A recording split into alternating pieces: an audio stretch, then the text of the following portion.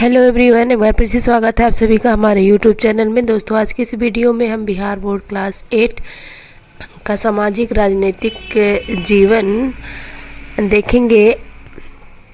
इसके question answer को देखेंगे और इस वीडियो के अंतर्गत हम लोग चैप्टर 7 के क्वेश्चन आंसर को देखेंगे। इसके पहले के वीडियो में हमने चैप्टर 6 तक कवर कर लिया है। तो आइए देखते हैं कि चैप्टर का नाम है जन सुविधाएं और पेज नंबर 100 पर क्वेश्चन दिया है। देखिए, पहला क्वेश्चन है, आपको ऐसा क्यों लगता है कि दुनिया में निजी जलापूर्ति के उदाहरण कम है? तो इसका आंसर देखते हैं। दुनिया में निजी जलापूर्ति के उदाहरण कम है क्योंकि निजी कंपनियां मुनाफे के लिए चलती हैं। कई जगह निजी कंपनियां टैंकरों या सीलबंद बोतलों के जरिए पानी की आपूर्ति करती हैं, लेकिन उनकी कीमत इतनी ज़्यादा होती है कि चंद लोग ही उसका खर्च उठा पाते हैं। यह सुविधा सस्ती दर पर सभी लोगों के लिए उपलब्ध नहीं होती। जितना खर्च करेंगे उसके मुताबिक ही सुविधा पाएंगे। इसका नतीजा यह होगा कि जो इन सुविधाओं के एवज में खर्च नहीं कर पाएंगे वे सम्मानजनक जीवन जीने से वंचित रह जाएंगे। इससे हमको ऐसा लगता है कि दुनिया में निजी जलापूर्ति के उदाहरण क्या है, कम है। तो देखते हैं नेक्स्ट क्वेश्चन क्या कहता है। क्या आपको लगता है कि चेन्नई में सबको पानी की सुविधा उपलब्ध है और वे पानी का खर्च उठा सकते हैं? चर्चा करें। तो चेन्नई में सबको पानी की सुविधा उपलब्ध नहीं है। नगर पालिका की आपूर्ति से शहर की लगभग आधी ज़रूरत ही पूरी हो पाती है। कुछ इलाकों में नियमित रूप से पानी या आता है, कुछ इलाकों में पानी बहुत कम पानी आता है। जलापूर्ति में कमी का बोझ ज़्यादातर गरीबों पर पड़ता है। जब मध्यम वर्ग के लोगों के सामने पानी की किल्लत पैदा हो जाती है तो इस वर्ग के लोग बोरवेल खोदकर, टैंकरों से पानी खरीदकर या बोतल बंद पानी खरीदकर अपना काम चला लेते हैं। पानी की उपलब्धता के कारण के अलावा कुछ ही लोगों की सुरक्षित के पेयजल तक पहुंच है। संपन्न तबके के लोग अधिक खर्च भी करके बोतल बंद पानी या जल शोधक उपकरणों के सहारे साफ पानी का इंतजाम कर सकते हैं, परंतु गरीब इस सुविधा से वंचित रह जाते हैं। ऐसा लगता है कि जिन लोगों के पास पैसा उन्हीं के पास पानी का अधिकार है। यह स्थिति सबको पर्याप्त तथा स्वच्छ पेयजल उपलब्ध न कराने के लक्ष्य से बहुत दूर है। तो इस तरह से ये सेकंड का आंसर कंप्लीट हो जाता है। थर्ड का आंसर देखिए क्या होता है। किसानों द्वारा चेन्नई के जल व्यापारियों को पानी बेचने से स्थानीय लोगों पर क्या असर पड़ा? क्या आपको लगता है कि स्थानीय लोग भूमिगत पानी के इस दोहन पर विरोध कर सकते हैं? क्या सरकार इसके बारे में कुछ कर सकती है? तो इसका आंसर क्या होगा, देखिए।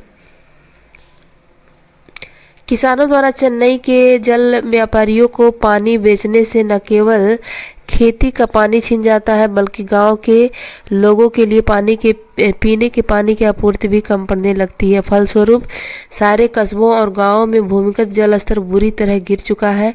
स्थानीय लोग भूमिगत पानी के इस दोहन का विरोध कर सकते हैं। सरकार को भी चाहिए कि ऐसे अवांछित भूमिगत पानी के दोहन को रोका जाए और सार्वजनिक जल वितरण प्रणाली का विस्तार किया जाए। तो इस तरह से ये हमारा थर्ड का भी क्वेश्चन कंप्लीट हो गया। फोर्थ का देखते हैं कि क्या कहता है।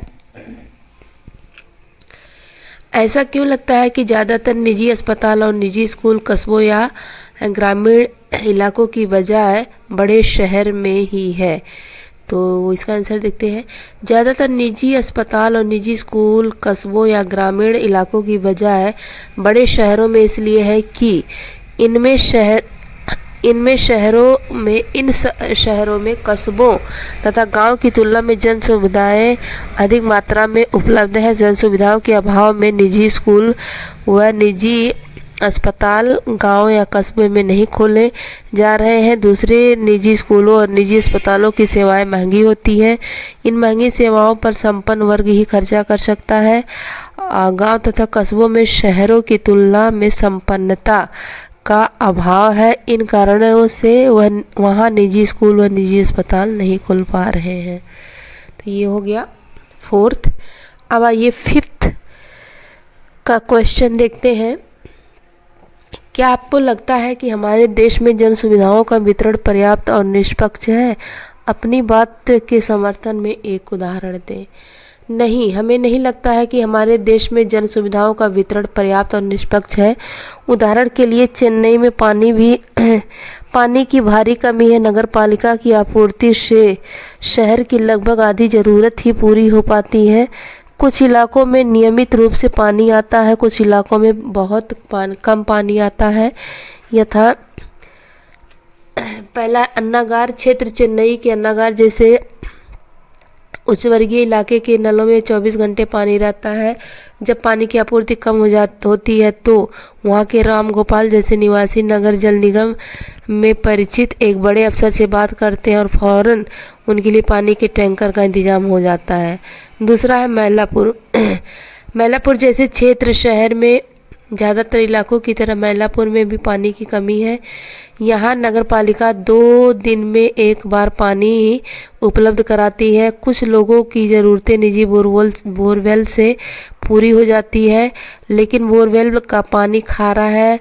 लोग उसे शौचालय साफ सफाई के लिए ही इस्तेमाल करते हैं। दूसरे कामों के लिए टैंकरों का पानी खरीदना पड़ता है। पानी खरीदने के लिए प्रति माह 500 से 600 रुपये खर्च करने पड़ते हैं।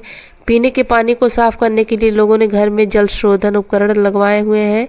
मडिपक्कम जैसे इलाके में 4 दिन में एक बार पानी मिलता है। पानी की कमी के कारण वे लोग परिवार को भी अपने साथ में नहीं रख पा रहे हैं। पीने के लिए पानी की बोतलें खरीदनी पड़ती है। सैदापेट के झुग्गी बस्ती 30 झुग्गियों के लिए कोने में एक ही नल है। नल में रोज़ 20 मिनट के लिए एक बोरवेल से पानी आता है। इस दौरान एक परिवार को ज़्यादा से ज़्यादा 3 बाल्टियाँ भरने का मौका मिलता है। इसी पानी को लोग नहाने, धोने और पीने के लिए इस्तेमाल करते हैं। गर्मियों में पानी और भी कम मिलता है, उन्हें टैंकरों का घंटों इंतजार करना पड़ता है। इस उदाहरण से स्पष्ट है कि हमारे देश में जन सुविधाओं का न तो पर्याप्त वितरण है और न ही यह वितरण निष्पक्ष है। फिर उसके बाद देखिए 6ठा का क्वेश्चन है ये, इसका आंसर हम देखते हैं। नहीं, हमारे इलाके के सभी लोग उपयुक्त जन सुविधाओं का समान रूप से इस्तेमाल नहीं कर पाते हैं। हमारे इलाके में सभी वर्गों के लोग रहते हैं। इनमें आर्थिक दृष्टि से संपन्न लोग सरकारी जन सुविधाओं के साथ साथ निजी कंपनियों द्वारा प्रदत्त जन सुविधाओं का भी इस्तेमाल करते हैं, जबकि गरीब लोग केवल सरकारी जन सुविधाओं पर आश्रित हैं। सरकारी जन सुविधाओं पर अत्यधिक भार होने के कारण उनकी प्राप्ति हेतु गरीब लोगों को घंटों इंतजार करना पड़ता है। इसके अतिरिक्त उन्हें पानी, बिजली जैसी सुविधाएं भी कम मात्रा में प्राप्त होती हैं। तो ये हो गया। और 8 का क्वेश्चन ये रहा। जनगणना के साथ साथ कुछ जन सुविधाओं के बारे में भी आंकड़े इकट्ठा किए जाते हैं। अपने शिक्षक के साथ चर्चा करें, जनगणना का काम कब और किस तरह किया जाता है। तो इसका आंसर देखिए है, हमारे देश में जनगणना का कार्य प्रत्येक 10 वर्ष बाद किया जाता है। उदाहरण के लिए अभी हाल में सन 2021 में जनगणना हुई है। अब अगली जनगणना 2011 में हुई है, अब अगली 2021 में होगी। ये पहले का है ये, तो 21 यहाँ पे हो जाएगा। 2021 में हुई है। अब अगली जनगणना होगी 2031 में। कब होगी? 2031। इसकी जगह पे लिख लेंगे 2031 होगी। जनगणना का कार्य जनगणना विभाग द्वारा किया जाता है। प्रत्येक राज्य में जनगणना विभाग अन्य राज्य कर्मचारियों से, विशेषकर शिक्षकों से इस कार्य में सहायता लेता है। वह सरकार द्वारा निर्धारित बिंदुओं के आधार पर जनगणना का कार्य करता है। गणक प्रत्येक घर जाकर परिवार के मुखिया के घर के सदस्यों की संख्या, उनके नाम आदि का विवरण लेते हैं। इसके साथ ही धर्म, जाति, व्यवसाय, जन सुविधाओं की उपलब्धता संबंधी आंकड़े लेते हैं। इन समस्त आंकड़ों का जनगणना विभाग वर्गीकरण, सारणीयन तथा विश्लेषण कर सामान्य निष्कर्ष निकालता है तथा निष्कर्षों को प्रकाशित करता है। तो इस तरह से ये 8 नंबर का क्वेश्चन हो गया। ये 9 का क्वेश्चन ये देख लीजिए, यहाँ तक क्वेश्चन ही है। फिर इसका आंसर देखते हैं। निजी शैक्षणिक संस्थानों के समय की मांग के अनुसार अपने को ढाला है, जबकि सरकारी शिक्षा संस्थानों ने समय की मांग के अनुरूप तकनीक ढंग से अपने आप को परिवर्तित नहीं किया है। इसके कारण इनकी तुलना में निजी शिक्षा संस्थानों का महत्व बढ़ता जा रहा है। हमारी राय में इसका निम्न असर हो सकता है। निजी शैक्षणिक संस्थानों का महत्व बढ़ने से शिक्षा महंगी हो जाएगी तथा गरीब और सामान्य लोगों को उच्च शिक्षा प्राप्ति में बाधा उत्पन्न होगी। सरकारी शैक्षणिक संस्थानों का महत्व घटने तथा निजी शैक्षणिक संस्थानों का महत्व बढ़ने से भारतीय संविधान के सामाजिक आर्थिक न्याय के आदर्श को गहरा धक्का लगेगा। गरीब वर्गों के लोग उच्च शिक्षा से वंचित रह जाएंगे, जिससे आगे जाकर देश का उचित सामाजिक आर्थिक विकास अवरुद्ध होगा। तो इस तरह से हमारा जो है ये चैप्टर नंबर 7 कंप्लीट हो गया है। इसके सभी क्वेश्चन आंसर को हमने कवर कर लिया है। नेक्स्ट वीडियो में हम चैप्टर नंबर 8 के क्वेश्चन आंसर को देखेंगे। तो वीडियो कैसा लगा प्लीज़ कमेंट में ज़रूर बताइएगा। अगर पसंद आए तो प्लीज़ इसे लाइक करिएगा, चैनल को सब्सक्राइब करिएगा। वीडियो देखने के लिए थैंक यू, धन्यवाद।